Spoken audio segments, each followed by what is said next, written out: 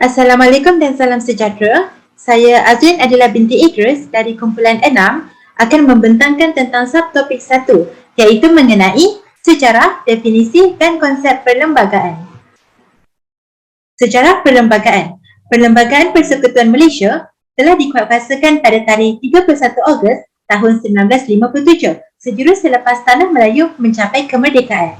Ia diwujudkan atas nasihat Suruhanjaya Red dan digubal berasaskan dua perkara iaitu Perjanjian Persekutuan Tanah Melayu tahun 1948 dan Perlembagaan Kemerdekaan tahun 1957. Perlembagaan ini direncanakan daripada satu persidangan pada 18 Januari hingga 6 Februari pada tahun 1956 di Lancaster House, London. Persidangan ini telah dihadiri oleh rombongan delegasi dari Tanah Melayu yang diwakili oleh Ketua Menteri Persekutuan, wakil-wakil dari Tanah Melayu, Pesuruhjaya Tinggi British dan para penasihatnya. Ini merupakan gambar rombongan delegasi kemerdekaan Tanah Melayu ke London. Rombongan ini diketuai oleh Yang Teramat Mulia Tunku Abdul Rahman dengan wakil-wakil dari rakyat Tanah Melayu yang terdiri dari Datuk Abdul Razak bin Husin, Dr. Ismail Abdul Rahman, Kolonel H.S. Lee, Tuan T.H. Tan, serta Encik Bahaman Syamsuddin. Wakil-wakil dari Raja-Raja Melayu pula terdiri dari Datuk Panglima Bukit Gantang Haji Abdul Wahab bin Toh Muda Abdul Aziz iaitu Wakil Sultan Perak, Datuk Nik Ahmad Kamil iaitu Wakil Sultan Kelantan, Encik Abdul Aziz Majid iaitu Wakil Sultan Selangor serta Datuk Muhammad Syed Muhammad Said iaitu Wakil Sultan Johor. Perlembagaan ini telah dipinda sebanyak 42 kali semenjak kemerdekaan sehingga tahun 2005. Menurut pakar perlembagaan, Datuk Emeritus Profesor Dr. Syed Salim Faruqi, kiraan sebenar untuk pindaan individu telah dianggarkan sebanyak 650 kali. Definisi perlembagaan. Perlembagaan Persekutuan Malaysia merupakan sebuah dokumen bertulis yang menerangkan tentang undang-undang asas dan senarai peraturan dalam pentadbiran Malaysia. Ia mengandungi 15 bahagian, 183 perkara dan 13 jadual. Ia merupakan panduan utama kepada semua undang-undang di Malaysia. Konsep perlembagaan. Perlembagaan Persekutuan Malaysia mempunyai 6 konsep. Yang pertama, ia merupakan undang-undang tertinggi dan menjadi dasar utama dalam pentadbiran di Malaysia. Yang kedua, ia menjadi garis panduan dalam pembentukan sahsiah masyarakat, pengendalian institusi awam dan swasta, perundangan dan kehakiman, serta perhubungan di antara kerajaan dan rakyat. Yang ketiga, ia mengandungi semua peraturan bagi penyelarasan pentadbiran dan pelaksanaan kuasa, sekaligus menentukan hala tuju politik di negara ini. Yang keempat, ia mengangkat kedaulatan dan kuasa para pemimpin agung di Malaysia serta menerangkan sebarang pengecualian khas dalam pengurusan sesuatu institusi mahupun sesebuah golongan penduduk di Malaysia. Yang kelima, ia mempunyai kuasa untuk membatalkan sebarang undang-undang yang bertentangan dengannya. Yang terakhir ialah menggariskan dan mengahadkan kuasa pemimpin tertinggi di Malaysia. Sekian sahaja dari saya. Terima kasih. Assalamualaikum dan selamat sejahtera. Saya ucapkan kepada Dr. Hasmadi dan juga semua. Nama saya Nur Farah Amira binti Samsul Fitri bersama nombor matriks SP216. Saya akan membentangkan sedikit tentang perlembagaan sebagai tiang seri dan tapak integrasi. Terdapat 4 tumpuan yang boleh dibahaskan di dalam subtopik ini. Yang pertama ialah menyarankan masyarakat untuk merujuk kepada undang-undang yang sama. Seterusnya adalah dengan menjamin kestabilan politik dan sistem pentadbiran negara. Yang ketiga ialah dengan menjamin keselamatan dan kesejahteraan rakyat. Dan yang terakhir sekali ialah dengan melindungi kepentingan semua kaum dengan keadilan sosial. Seperti yang dapat dilihat sekarang, terdapat beberapa perkara yang perlu diikuti bagi menyarankan masyarakat untuk merujuk kepada undang-undang yang sama. Yang pertama ialah bahasa kebangsaan adalah bahasa Melayu dan akan kekal seperti itu, seperti yang diperuntukkan oleh Parlimen. Seterusnya, agama Islam adalah agama rasmi bagi persekutuan. Namun begitu, agama-agama lain boleh diamalkan dengan aman harmoni di mana-mana bahagian persekutuan. Terakhir sekali adalah setiap orang berhak mengikuti dan mengamalkan agamanya dan tertakluk kepada pasal 4 mengembangkan agamanya.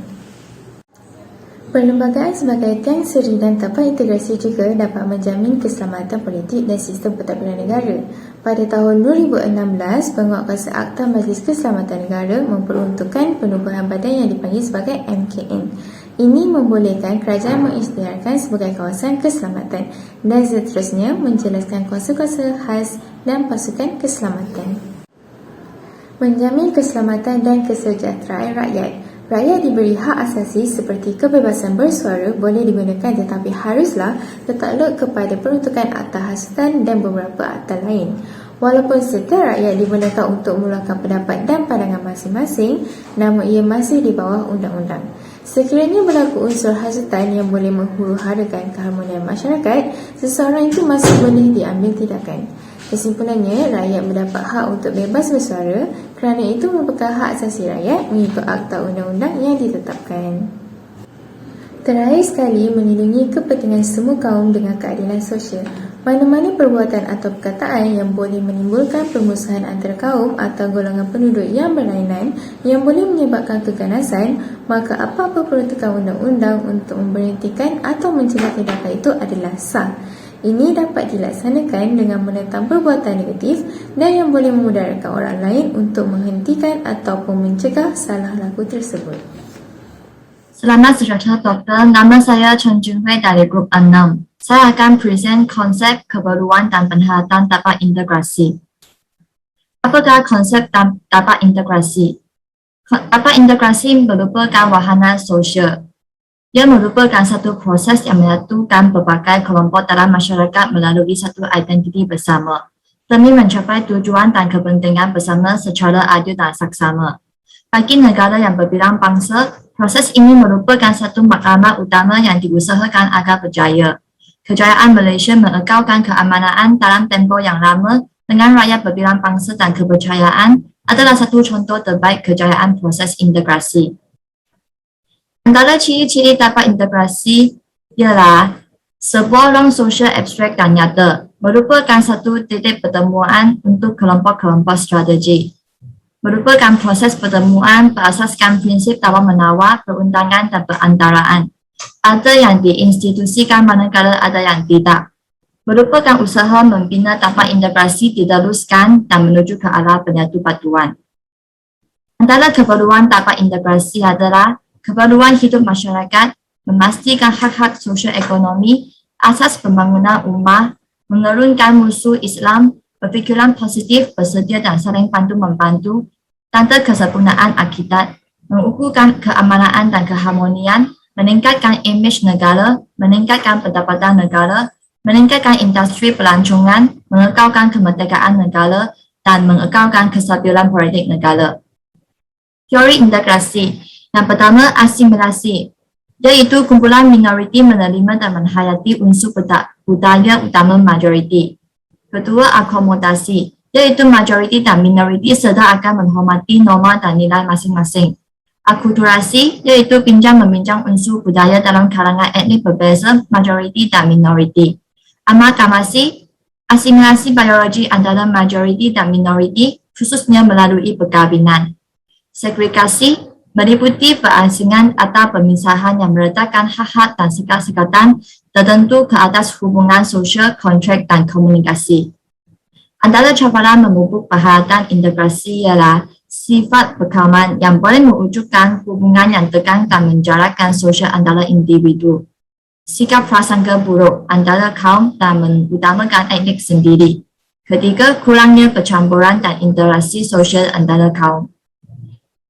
Tapak integrasi dibagi kepada 3 tahap, iaitu makro, meso, dan mikro. Sekian, terima kasih. Assalamualaikum dan salam sejahtera. Saya Nurzuliana Izani binti Ainuddin, SP 2028 akan membatangkan subtopik 4A iaitu tahap tapak integrasi makro atas ke bawah. Makro atas ke bawah atau dikenali sebagai peranan kerajaan di mana ia meneliti aspek perlembagaan persekutuan, rancangan Malaysia dan rukun tetangga. Ini dapat dilihat melalui Jabatan Perpaduan Negara dan Integrasi Nasional yang telah melakukan tindakan perpaduan integrasi nasional melalui media massa, pendidikan, agama, kebudayaan dan keselamatan. Melihat aspek yang pertama iaitu perlembagaan persekutuan. Perlembagaan persekutuan memperakui dan menerima bentuk pembinaan negara bangsa Malaysia yang dipersetujui oleh pemimpin dan pejuang kemerdekaan negara antaranya seperti Tunku Abdul Rahman, Tun Tan Cheng Lock dan Tun Viti Sambatan. Di dalam konteks makro, peranan raja berperlembagaan sebagai simbol perpaduan kepada rakyat, bahasa ibunda boleh dipelajari, agama lain boleh diamalkan dan perkara 135 menjamin kepentingan minoritasnya. Di sini kita dapat melihat keluaran perlembagaan dalam prinsip rukun negara penting sebagai ajang penyatuan masyarakat berbilang kaum. Ini juga merujuk kepada perkara 8 perlembagaan persekutuan yang menjamin hak kesamarataan yang amat penting bagi mengelakkan berlakunya diskriminasi antar kaum. Oleh itu, setiap warga Malaysia perlu menghormati, menghargai serta memahami maksud dan kandungan serta latar belakang sejarah pembentukan perlembagaan negara untuk mengelakkan kucak-kacir di antara kalangan rakyat Malaysia. Seterusnya ialah aspek yang kedua iaitu rancangan Malaysia. Kerajaan telah menubuhkan Majlis Perundangan Keharmonian Rakyat MPKR, menubuhkan Jawatan Kuasa Pengurusan Isu Perpaduan CPIP, menubuhkan Pelan Tindakan Perpaduan Negara PTPN. Selain itu, menitik beratkan isu-isu perkauman dan agama serta mewujudkan mesej dan slogan perpaduan. Seterusnya ialah aspek yang ketiga iaitu rukun tetangga. Di bawah aspek ini, kerajaan menubuhkan Majlis Penasihat Perpaduan Negara MPPN di peringkat kebangsaan, memperkasakan sekolah kebangsaan dengan mengadakan lebih banyak aktiviti antara etnik dan memberikan kesedaran kepada pelajar terhadap kepentingan interaksi antara etnik. Selain daripada sekolah kebangsaan, kerajaan juga telah memperkasakan sekolah wawasan dengan menambah aliran di sekolah yang sedia ada. Dan ciri keistimewaan sekolah wawasan ini ialah mempunyai fasiliti seperti padang permainan, dewan dan gimnasium. Ini adalah contoh sekolah wawasan yang terdapat di Malaysia. Sekian sahaja daripada saya. Assalamualaikum, nama saya Nafara binti Syakri, ID number SA20039. Hari ini saya akan membentangkan subtopik 4B, tahap tapak integrasi iaitu meso bawah ke atas. Meso merujuk kepada bawah ke atas. Pertubuhan badan kerajaan yang berada di bawah meso ialah NGO. Ini merupakan contoh logo-logo NGO yang boleh dikatakan sangat aktif di negara kita. NGO memberi sumbangan besar terhadap pembangunan sosial, ekonomi dan negara. NGO mempunyai entiti yang pelbagai, contohnya seperti organisasi sepenuhnya tempatan dan organisasi akar umbi. Kerajaan mengiktiraf peranan dan sumbangan NGO dalam usaha membina dan membangunkan negara. Kerajaan tidak mengetepikan sumbangan NGO dan perkembangan NGO kini lebih ketara berbanding dahulu. Terdapat 3 aspek utama NGO. Pertama, aspek sosial. Kedua, aspek keselamatan dan hak asasi. Ketiga, aspek pendidikan dan keagamaan. Pertama, aspek sosial. Yayasan Mai Kasih berada di bawah aspek ini.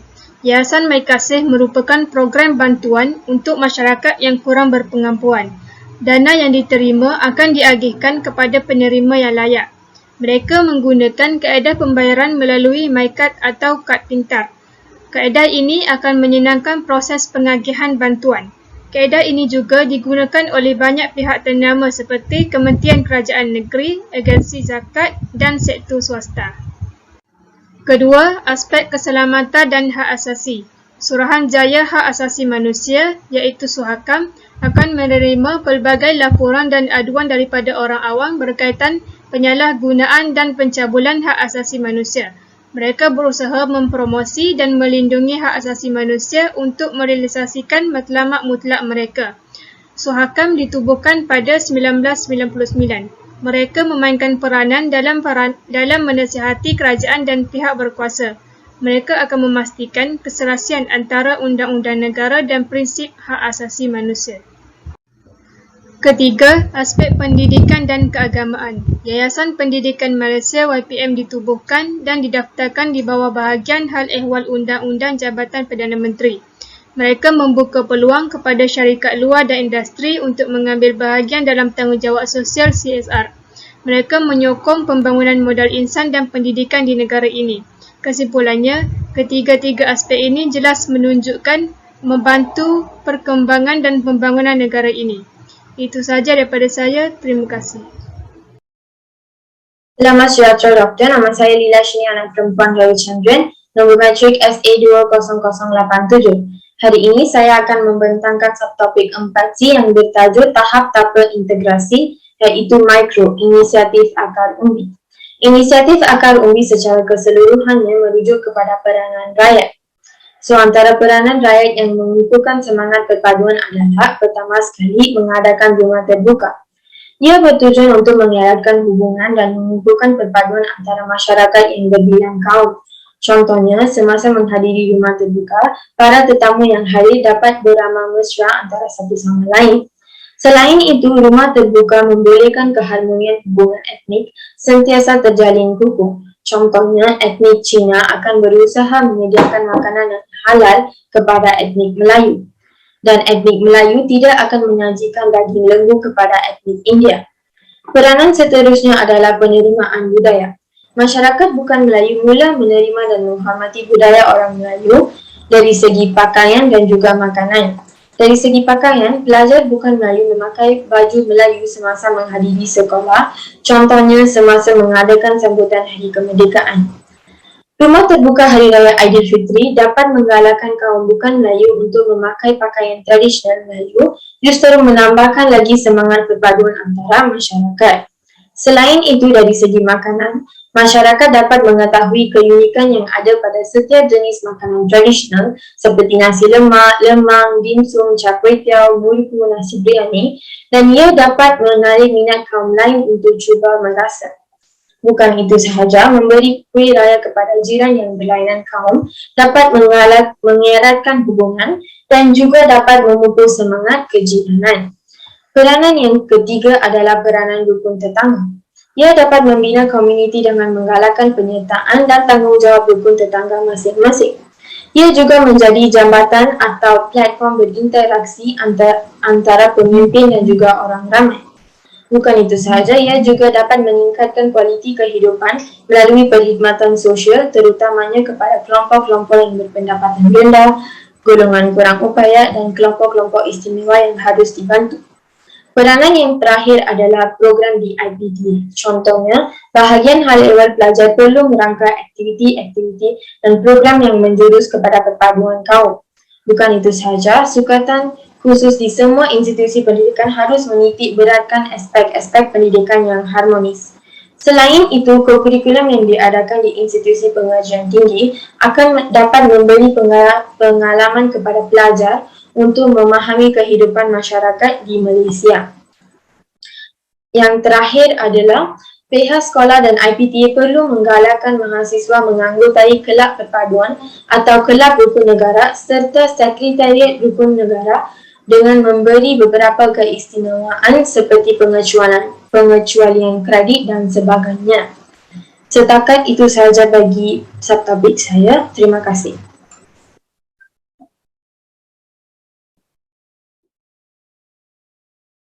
Sejahtera, nama saya Kuci dan saya akan membentangkan subtopik 5 iaitu kelembagaan persekutuan cabaran tafsiran semasa. Dalam menjadikan perlembagaan sebagai tapak integrasi dan wadah hayatan etika dan peradaban bagi Malaysia, rakyat tidak dapat lari daripada menghadapi cabaran sama ada pada peringkat dunia atau pada peringkat negara. Oleh itu, semua rakyat Malaysia dan Malaysia taklah usaha dalam menangani cabaran yang akan atau sedang dilalui dari semasa ke semasa. Antaranya merupakan cabaran perlembagaan persekutuan. Pertama ialah kekalkan kelangsungan elemen-elemen tradisi dalam perlembagaan. Kekalkan kelangsungan sistem negara persekutuan. 3. Kekalkan agama secara dan agama Islam sebagai agama. Seterusnya, mengekalkan kestabilan negara dengan menjaga kepentingan perpaduan dalam kalangan masyarakat yang berbila anik, menghadapi gelombang hak asasi dan Orde Barunya, mengekalkan keamanan negara dengan mengawal dan menghapuskan aktiviti subversif dan jenayah terancam. Dengan bahasa asing di bidang-bidang tertentu, contohnya bahasa Inggris sebagai bahasa pengantaraan utama dalam pendidikan universiti, mengekalkan keharmonian masyarakat yang mempunyai pelbagai ideologi dan pemikiran tersendiri, dan akhir sekali merupakan atasi masalah yang bersifat perkauman yang akan memberi dampak yang besar kepada negara. Jadi itulah semua daripada bahagian saya. Sekian, terima kasih. Assalamualaikum warahmatullahi wabarakatuh dan salam sejahtera. Nama saya Nur Zarifah binti Zainal Abidin, nama metrik SP221. Saya akan menyambut perbincangan seterusnya mengenai punca-punca yang mendorong cabaran tafsiran semasa. Dalam menghadapi arus cabaran tafsiran semasa, Perlembagaan Persekutuan sebagai tapak integriti dan wahana etika dan peradaban di Malaysia, kita perlulah mengenal pasti punca-punca yang mencetuskan cabaran tersebut agar dapat diselesaikan dengan lebih efektif. Antara punca-punca tersebut ialah yang pertama, pertikaian unsur-unsur tradisi dalam perlembagaan oleh sesetengah pihak walhal ia telah pun dipersetujui sebelum mencapai kemerdekaan. Unsur-unsur tradisi yang dimaksudkan di sini adalah seperti bahasa kebangsaan, agama persekutuan, kedudukan istimewa orang Melayu dan Bumi Putra Sabah dan Sarawak, dan juga raja perlembagaan. Hal ini menjadi punca dan cabaran bagi mengekalkan kelangsungan unsur-unsur atau elemen-elemen tradisi ini dalam perlembagaan. Yang kedua ialah kegemilangan Melayu Melaka telah menjadi bukti dan penyebab pemerintahan raja menjadi asas pemerintahan pada zaman sekarang. Hal ini juga menjadi punca dan cabaran bagi mengekalkan sistem pemerintahan raja dan sistem negara berpersekutuan. Yang ketiga, British juga pernah cuba menjadikan tanah Melayu sebagai negara sekular yang neutral mengenai hal-hal agama, yang tidak mementingkan agama dan juga tidak beragama. Dan raja-raja Melayu terdahulu mencuba sebaik mungkin untuk mengekalkan agama Islam, dan semestinya hal ini turut menjadi cabaran bagi mengekalkan agama Islam sebagai agama utama persekutuan. Namun, agama-agama lain masih boleh diamalkan. Seterusnya, pernah terjadi pergaduhan antara kaum sehingga menyebabkan peristiwa berdarah pada 13 Mei 1969 yang menyebabkan banyak kerugian dan menjejaskan kestabilan negara. Hal ini menjadi sejarah hitam bagi setiap kaum dan menjadi rintangan bagi membentuk masyarakat yang bersatu padu. Yang kelima, wujudnya pihak yang memandang enteng pada perlembagaan seperti menerima rasuah dan menyalahgunakan kuasa sehingga menyebabkan peningkatan kes jenayah. Perilaku-perilaku seperti ini perlulah dibanteras agar keselamatan dan keamanan negara terjamin. Yang keenam, percanggahan pendapat dalam menyatupadukan sistem pendidikan, kerana pada zaman dahulu kita sudah terbiasa dengan sistem pendidikan British seperti sekolah vernacular yang mengasingkan antara kaum. Hal ini menjadi faktor dalam menyatupadukan rakyat kerana perpaduan perlulah dipupuk dari kecil agar jurang antara kaum dapat dirapatkan. Dan yang terakhir sekali, wujudnya rasis dalam kalangan sesetengah masyarakat. Hal ini turut menjadi faktor dan rintangan bagi mengatasi masalah bersifat perkauman dan mewujudkan perpaduan. Kesimpulannya, punca-punca ini perlulah difahami dengan mendalam agar dapat mencari penyelesaian yang terbaik. Sekian, terima kasih. Assalamualaikum warahmatullahi wabarakatuh. Nama diberi Nur Syafira binti Mustafa dengan ID Metro SB 2070. Tajuk yang saya dapat adalah langkah-langkah yang perlu diatasi oleh semua pihak untuk mengatasi cabaran yang mungkin dihadapi oleh Perlembagaan Persekutuan sebagai wahana perhayatan, etika dan peradaban. Dalam menjadikan perlembagaan sebagai tapak integrasi dan wadah perhayatan, etika dan peradaban bagi Malaysia, rakyat tidak dapat lari daripada menghadapi cabaran sama ada pada peringkat negara atau dunia. Oleh itu, semua warga negara dan penduduk Malaysia hendaklah berusaha untuk mengetahui langkah yang perlu diambil untuk mengatasi cabaran tersebut. Antaranya ialah kita perlu kembali untuk memahami Perlembagaan Persekutuan dan Undang-Undang Tubuh Negeri. Kita perlu memastikan governance berpegang teguh kepada prinsip integriti, keadilan dan keterangkuman.